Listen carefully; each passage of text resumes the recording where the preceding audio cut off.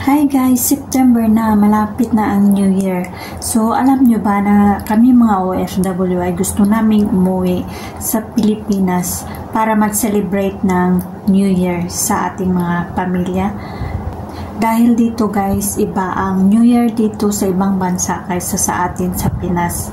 Kasi dito sa Malaysia, nagsiselebrate lang sila sa kanilang year, Chinese New Year. So, magkaiba po. Hindi po sila nag-celebrate ng New Year's na kagaya ng ginagawa natin January 1. So, dito hindi. New Year, Chinese New Year yung sinusunod nila. So, kasi mga Chinese po sila.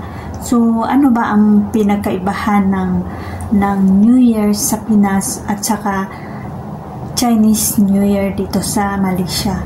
Kasi yung amo ko ay isang Chinese. So, nag-celebrate sila sa Chinese New Year. This coming February 17, yung Chinese New Year nila. So, i-share ko sa inyo kung bakit magkaiba ang Chinese New Year at saka New Year sa atin. Hi mga kaibigan! Welcome back sa aking vlog. Ngayon ay pag-usapan natin ang pagkakaiba ng New Year at Chinese New Year.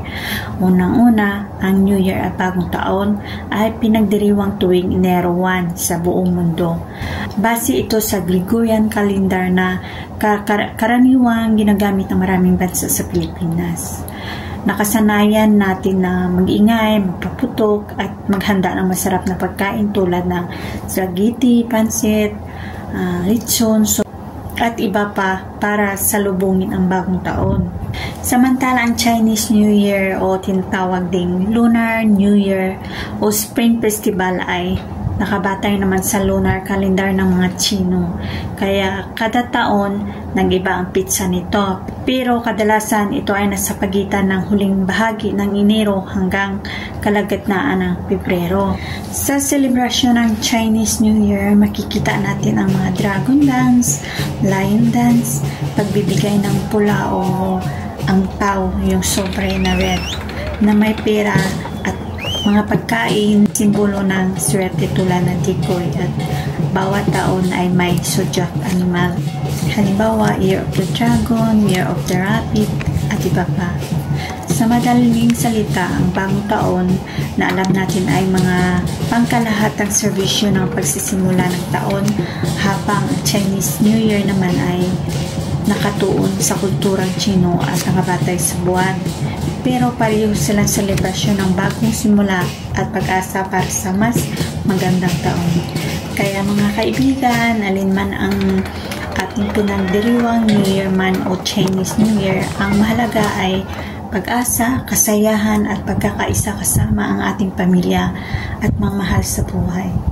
Kami mga OFW na nandito sa ibang bansa, gusto namin na makauwi para mag-celebrate ng New Year sa aming mga pamilya.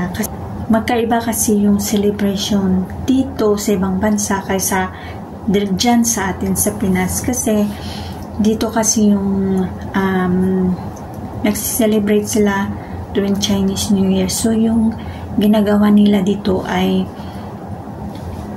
first day of New Year nila, wala kang trabaho, bawal magpunas, bawal magwalis, so bawal sa kanila kasi yun ang traditional nila na wag maglinis sa first day of New Year, Chinese New Year nila. So yung ginagawa ko ay sa gabi pa lang bago ako matulog, naglilinis na ako para kinabukasan ay hindi na ako maglilinis.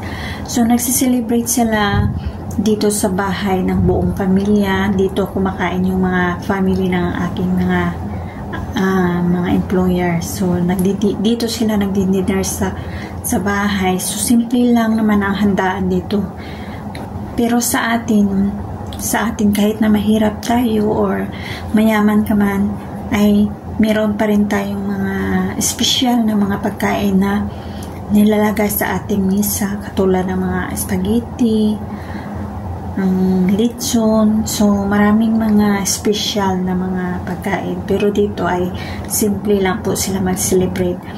Kinabukasan, magbihis kami yan kasi punta kami ng kanilang temple, tapos magpe-prayer sila doon. Pagkatapos namin mag-prayer, pumupunta kami sa kanilang mga relatives. So, nila nagbibigay din ng mga angpaw, yung sobre na may laman na pera. So, kagaya ko, makatanggap din ako ng angpaw galing sa kanilang relatives. Pero, ang mas malaki na natanggap ko ay sa aking employer kasi malaking angpaw po yung binibigay nila sa akin.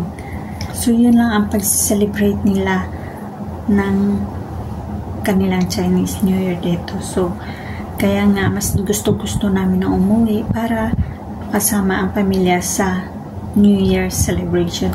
Kasi ibang-iba talaga kapag nasa pamilya ka talaga.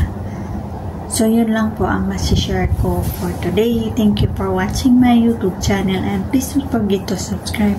Thank you and God bless.